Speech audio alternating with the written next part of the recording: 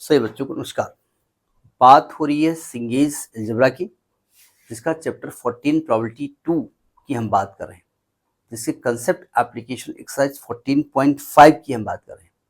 देखते हैं उसका नेक्स्ट क्वेश्चन। देखिए इसका फोर्थ क्वेश्चन क्या कहता है। क्वेश्चन आपके सामने है, लिखा है एन अर्न कंटेन्स 5 बॉल्स। एक अर्न है, एक झोला है, बैग है, उसके बाद 5 बॉल्स हैं।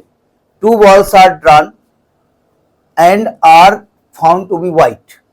2 बॉल ड्रॉ की गई, वो देखा गया, वो एक एक करके नहीं, 2 बॉल ड्रॉ की गई, वन बाई वन नहीं बोला है कि वो जो है वाइट है। Find the probability that all the balls are white. हमको प्रोबेबिलिटी निकालनी है कि सभी वाइट जो बॉल्स हैं वो वाइट है। अब जरा समझने की कोशिश करो।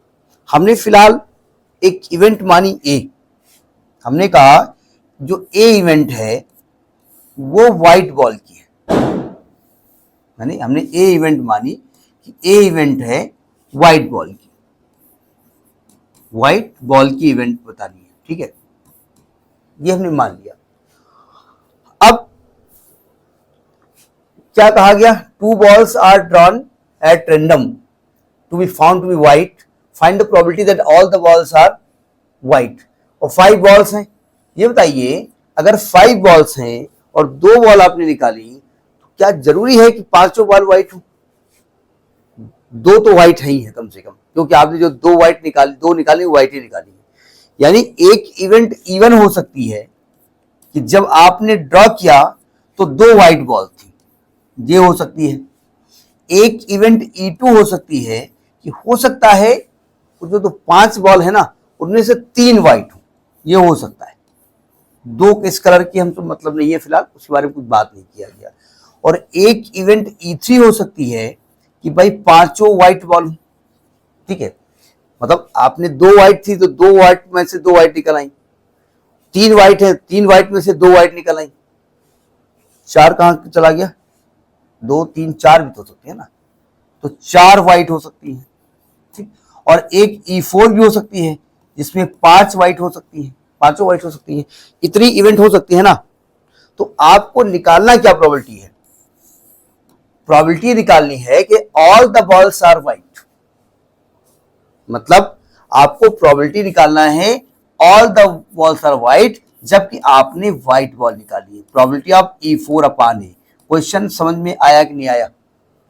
ठीक, अब हम इसके कंसेप्ट को लेकर के आगे बढ़ेंगे थोड़ा सा। चलो पीछे चलो। अब देखो ध्यान से, इसका सलूशन चल ही रहा है, जरा समझने की कोशिश करिए। पहले हम प्रोबेबिलिटी ऑफ E1 निकालते हैं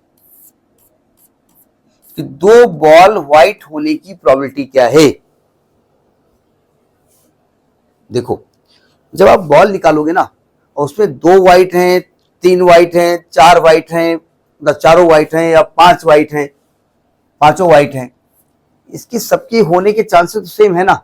आपको क्या मालूम, यानी आप कहेंगे प्रोबेबिलिटी ऑफ E1 है, प्रोबेबिलिटी ऑफ E2 है, प्रोबेबिलिटी ऑफ E3 है और प्रोबेबिलिटी ऑफ E4 है। यानी कि उस बॉल में, उस बैग में 2 व्हाइट होने की, निकलने की नहीं, होने की, 2 व्हाइट होने की, 3 व्हाइट होने की, 4 व्हाइट होने की, 5 व्हाइट होने की प्रोबेबिलिटी सेम है। और होगी क्या, 1/4। वो 4 केसेस है ना, 1 2 3 4, 4 में से हर एक केस के होने की प्रोबेबिलिटी 1/4 होगी, ठीक है। अब आपको निकालना है प्रोबेबिलिटी, पहले निकालेंगे प्रोबेबिलिटी ऑफ व्हाइट बॉल निकाली जबकि दोनों व्हाइट थी, ये वाली वैल्यू पहले ये निकाला जाए। तो फॉर्मूला क्या होता है, number of event upon number of sample space होता है। अब नंबर ऑफ सैंपल स्पेस कितना है, वो तो 5 में से 2 निकाली है आपने, वो तो 5C2 होगा, ठीक है। और नंबर ऑफ इवेंट क्या होगा, ऊपर चलो, नंबर ऑफ इवेंट क्या होगा कि भाई 2 व्हाइट थी, 2 व्हाइट में 2 व्हाइट आपने निकाली, 2C2 होगा। समझ में बात आनी चाहिए आपको। तो ये आएगा 1/10, ठीक है। इसमें कैलकुलेशन देखना पड़ता है ना कि कहीं गलती ना हो जाए।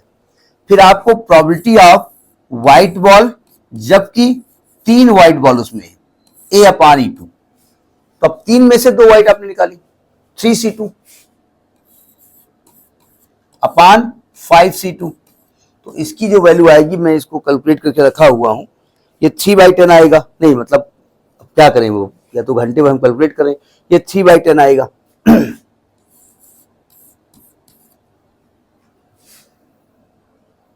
इसके बाद प्रोबेबिलिटी ऑफ व्हाइट बॉल, जबकि केस E3 का था, मतलब 4 व्हाइट बॉल थी, यानी कि 4C2 अपान 5C2 होगा।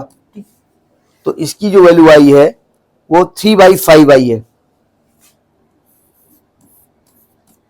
और अगला केस है कि प्रोबेबिलिटी ऑफ व्हाइट बॉल, जबकि E4 का केस था, यानी कि पांचों बॉल व्हाइट थी, तो 5C2 अपान 5C2, इसकी वैल्यू 1 हो गई। आपको ये नहीं निकालना था, आपको निकालना है प्रोबेबिलिटी ऑफ, जबकि पांचों बॉल व्हाइट हैं और आपने व्हाइट बॉल निकाली, प्रोबेबिलिटी ऑफ E4 अपान ए निकाला है। आपको कॉन्सेप्ट बताया गया है। तो फॉर्मूला क्या होता है, probability of E4 into probability of A upon E4 upon probability of E1 into probability of A upon E1 plus probability of E2 into probability of A upon E2 plus probability of E3 into probability of A upon E3 plus probability of E4 into probability of A upon E4। अब value रख दो। Probability of E4 की value क्या है, probability of E4 है 1/4 और ए अपान E4 क्या है, 1 है अपान। और अब जरा थोड़ी सी डायरेक्ट कॉन्सेप्ट लगाने जा रहे हैं। देखो प्रोबेबिलिटी ऑफ E1 जो है ना, प्रोबेबिलिटी ऑफ E1 ये भी आपका 1/4 है, E2 भी 1/4 है, E3 भी 1/4 है, E4 भी 1/4 है। तो एक काम करें ना, 1/4 कॉमन लेके कोई दिक्कत तो आपको नहीं हो रही, बोले हो रही तो हम क्या करें। अब आप क्या करेंगे, अब आपको निकाला है probability of A upon E1। A upon E1 कितना है, 1/10, तो यहां आएगा 1/10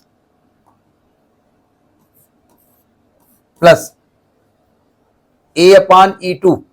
ए अपान E2 क्या निकला है, 3/10, तो 3/10 कर दो। ए अपान E3 3/5 कर दो। ए अपान E4 1 कर दो। और जब इसको कैलकुलेट करेंगे तो ये वैल्यू आपकी आई है 1/2। समझ में बात आ गई नहीं आ गई। तो ये आपका क्वेश्चन नंबर 4 हो गया। Next video. नमस्कार।